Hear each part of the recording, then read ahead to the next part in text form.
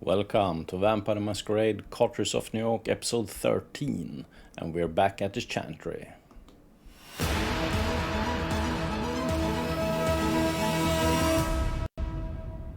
Welcome, I'm King Priam by night and we're playing Thane, the Toreador. We're back at the Chantry after helping Agathon with a case. Let's continue.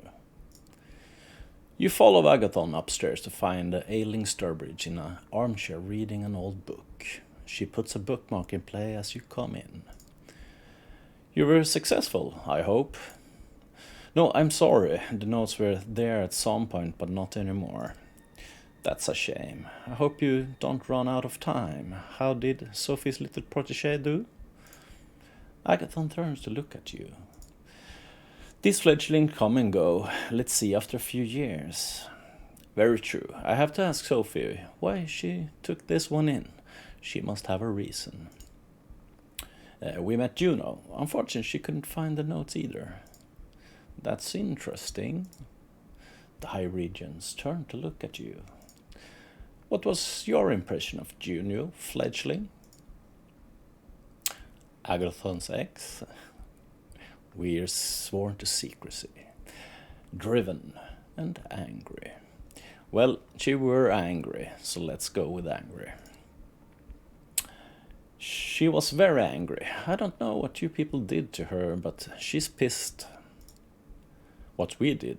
Careful now, fledgling. She made her own choices, bad as they were. Anyway, I have some things to discuss with Agathon. Run along now. You leave the occult box door, and the cheesy mystical music stills in your ear as you walk away. You wonder about what happened with Juno. Why is she so anxious to leave her clan? Can she really do that? Could you leave Sophie's service if you wanted to? So can we make any more choices? No, it's rest time, so let's tuck in.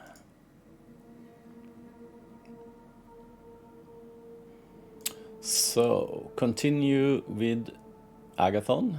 Mia Abuela. Fate Myths, Part 1. Somebody's watching me, Part 1. A noisy reporter, Part 1. Searching for hope. Gumshoe in the dark. Or Wounded War Song. Let's take Tameka and see how she's doing. So, it's been some time since that what kindred historians will no doubt refer to as the Battle at the Cloisters. Still no word from Tameka. Maybe it's time you drop by and see how she's doing. Let's do just that. Immediately after you enter the park, you can tell that something is wrong. An odd silence hangs in the air, like the silence from a choking victim after the fight leaves them. It doesn't take you long to find Tameka. You see her in the distance, leaning against a tree. As you make your way towards her, she puts her finger to her lips. Only then do you notice the blood dripping from her side. You pick her up, letting her lean on you. She looks at you, her eyes wild with fear and rage. They're here, the Inquisition, they found us. Raoul, they drew them away, save my ass. He's still out there, we need to go, we need to help him. You sure? You're up to it? You're in no shape to fight. Let's get out of here. So, well, let's see if she's sure that she can do it. You sure you're up to it? Looks like they banged you up pretty bad. A twang of pain takes her breath away. Fine. If you say so, you're barely standing. Well, let's take this one, because we don't want to lose her. You're barely standing. I won't let you get yourself killed. I'm going. You want to stop me? Might as well kill me now. Through sheer force of will, she managed to straighten herself up. Let's fucking do this. You head deeper into the park. Soon you stumble upon a set of innocuous barriers. Service vehicles, black and yellow caution tape, men in work suits that keep the civilian out of the uncertain area. It's not at all difficult for a creature of the night to avoid these. You almost think that their presence here is accidental, but once you spot the black vans deep in, you get a foreboding feeling. Tamika grabs your shoulder and squeezes hard. Hold up. There. You have to squint to see it. 2 Second Inquisition scouts are taking tactical position between the trees. There's no way in hell you'd have noticed them or hid in time if Tamika hadn't alerted you. Body armor, camo, night vision goggles, rifles, and semi-auto shotguns. Some equipment you can't even name. These guys mean business. There's no time. She's getting ready to just pounce at them. Consequences be damned. You need to think, and fast. Draw their attention. Take one outlet, the other to Tamika. This is a hard choice. She's hurt. Maybe this could work. And draw the attention and they will shoot us. I'd rather do it with celerity, but Okay. Yeah, let's try the first one. See if we can get the jump on them. Focusing your effort, you head for the nearest opponent. Let the Tamika take care of the other one. Your target falls before he's able to pull the trigger. A faint gurgle lets you know Tamika's done her part as well. You look over and see her standing over a rapidly cooling corpse of the soldier. She flicks her wrist, sprinkling the grass under her feet with a man's blood. It's a tie. All things considered, she seems to be doing all right. You keep on moving. Tamika gestures at the nearest patch of trees. Stick to the shadows. Take it one at a time. Sound advice. You take it to heart as you move on towards Tamika's haven.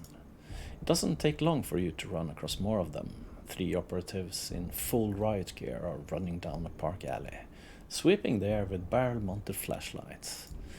Keeping very still and very quiet, you wait for them to approach.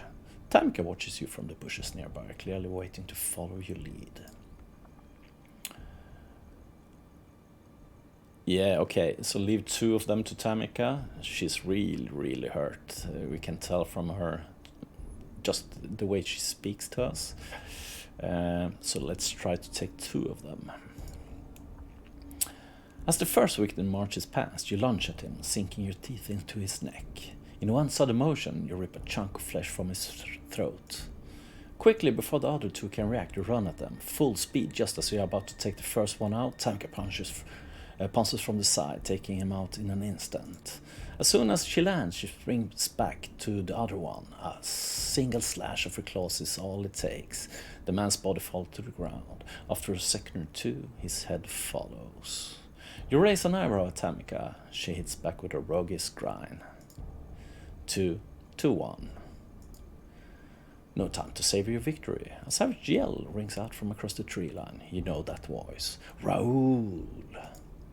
Tamika throws herself towards where it came from. It's almost unbelievable how fast she moves. Consider the state she's in. You're barely able to keep up. Mere seconds later, you find yourself under cover of a rose bush, giving you a clear view of nearby clearing. Off in the distance, you spot a group of gunmen converging. Slowly but surely, the circle of hunters closes in on a lone figure struggling on the ground. The figure lets out a pained roar. Looking closely, you realize it's Raoul, caught in the same steel net you saw used against the scarred one. He struggles frantically, trying to break free. With each passing second, step by step, the operatives close in around him. Driven by instinct, Tamika jerks forward to save her brother. She stops herself at the last moment, as if reminded of your presence. Okay, how do we do this? Fast and fierce. We don't, it's suicide. They're taking him alive, we'll find him. Let's try it, a fast and fierce one. She proved herself a moment ago, taking out 2, and maybe we can make it even. We go in fast and fierce. No messing around. Take him out as quickly as you can. She nods in approval. Sounds Good. You move in like two-person SWAT teams, staying low to the ground before you finally make your first move. The first two hunters meet their death. Unfortunately, it's enough for the others to notice your presence. So much for the element of surprise. As two men turn towards you with their fingers already on the trigger, another two approaches you, stabbing at the air with their cattle prods. Ooh, attack the close combat hunters. Yeah, the gunmen are ready, so let's try and take them out. Prioritizing long-range attackers, you make quick work of them, slashing both of their throats before they can fire. Meanwhile, Tamika does her share as she swiftly avoids the cattle prods and move in for the kill. 4 bodies hit the ground, 2 vampires still standing. You both turn towards the last remaining foe. Driven by sheer desperation, the sole surviving soldier stands on Raoul and aims his semi-automatic shotgun at his head. Tamika growls. You gesture at her to stand down. There's no room for mistakes here. Let him go and we let you live. Give up, you don't stand a chance. Tamika on my mark. Let's go with the first one and see if he value his life more or not. Listen to me, let him go. We let you live, it's that simple. With shaking hands, the gunmen look at you, then Tamika as if warning you to not come any closer. It's mostly for show. He's fucked and he knows it. You notice the man grips loosen, cling to hope. He's seconds away from giving up. 3, 2, 1. Suddenly, Raoul springs up, grabbing the man gun. As they struggle, you and Tamika lunge forward the gunman. A shot's ring out. Raoul's body collapses under the weight of steel net, his head a gaping hole. The operative looks at you, startled and confused, his eyes widen, seeing Tammy's flight towards him, death incarnate. The man's screams echo across the park. She doesn't stop. Not when his intestines are spread on the grass, not when his eyes turn to bloody holes, not when his face turns to mush. Only when the screaming stops, only when it is certain he has met his cruel end, only then does she stops. You watch in silence as she walks over to what's left of her brother. Falling to her knees, Tamika lets out a yell unlike any you ever heard. It's as if she's been possessed by some wailing spirit, a banshee screaming out into the sky. Her scream echoes across the clearing until, finally, it all goes quiet. With tears streaming down her face, she looks up at you. It's my fault that put us into their sights. If it wasn't for me, he'd still... Clenching her fist, she pounds the ground in frustration. Fuck! It was his choice. What's done is done. Deal with it. We need to get out of here. Yeah. Come on, we need to get out of here. This isn't over yet. More will be coming. She gets up. A violent shivers run through her entire body, as if she's literally trying to shrug off her despair. When she looks at you again, she seems far more clear-headed. Right, let's get out of here. Hastily, yet carefully, you make your way out of the park. You don't stop until you reach a nearby alleyway. There, in the relative safety of the surrounding darkness, you take a moment to rest. Leaning against the wall, Tamika presses her hand onto her wound. Fighting off the pain, she looks up at you. Let's split up. Less attention. Hunters, spotters on the roof. You need help. When will I hear from you? What if they catch you?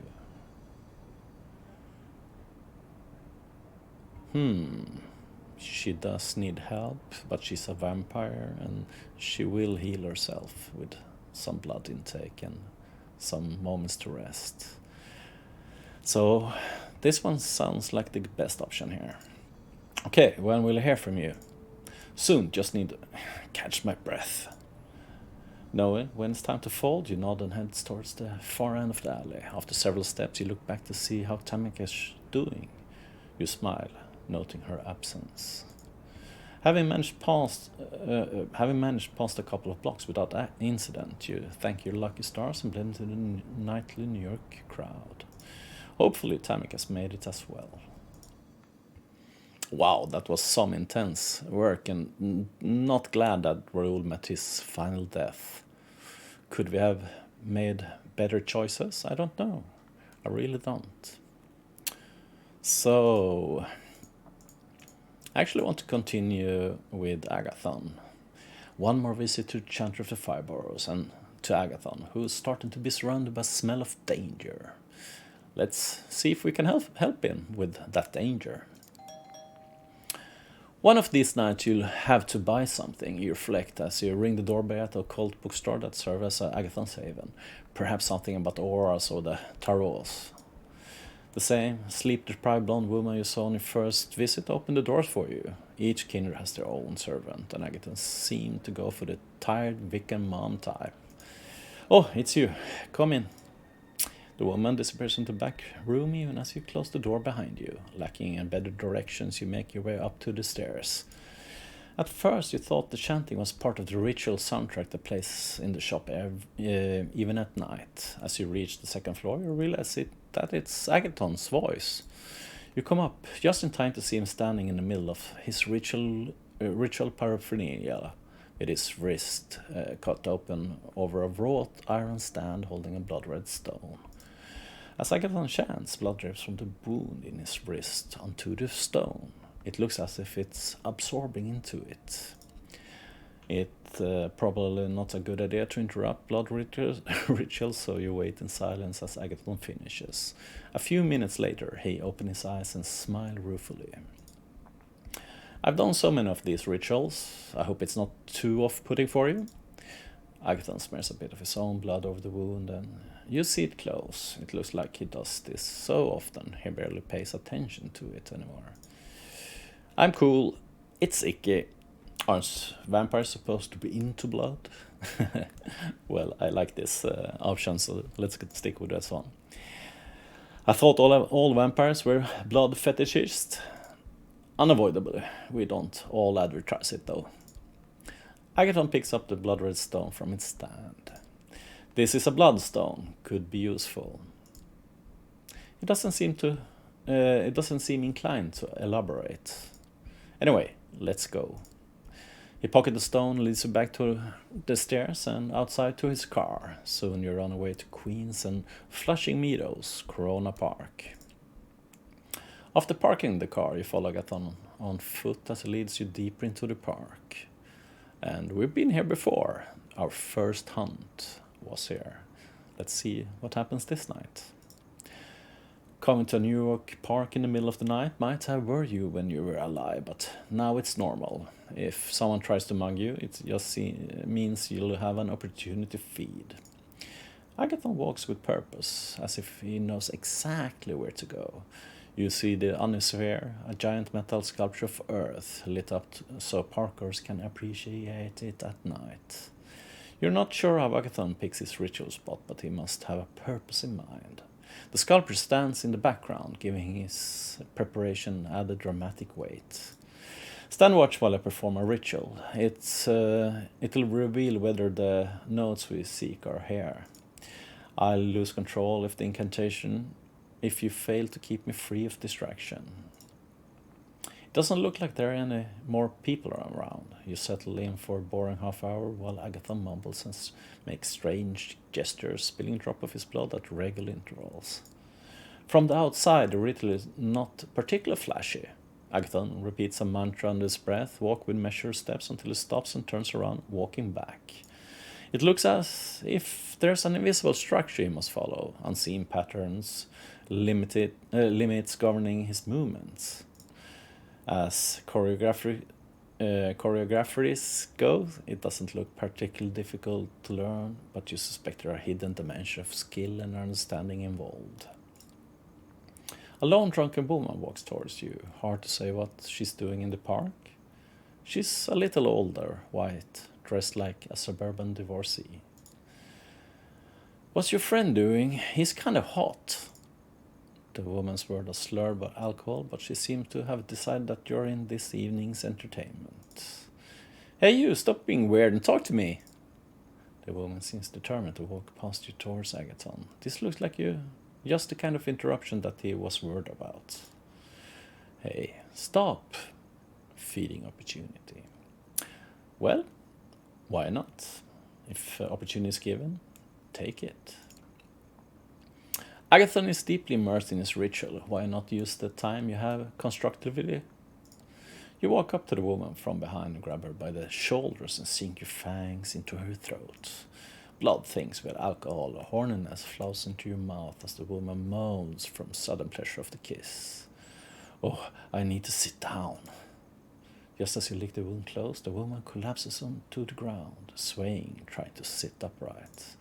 Suddenly you hear a scream of rage. Startled, you turn around just in time to see Agathon running at the woman on the ground, his expression contorted with hatred. Did the woman make enough noise to interfere with the ritual? That doesn't explain why he's in such a rage. Intervene or don't intervene? Well, he's angry about something. Let's see what.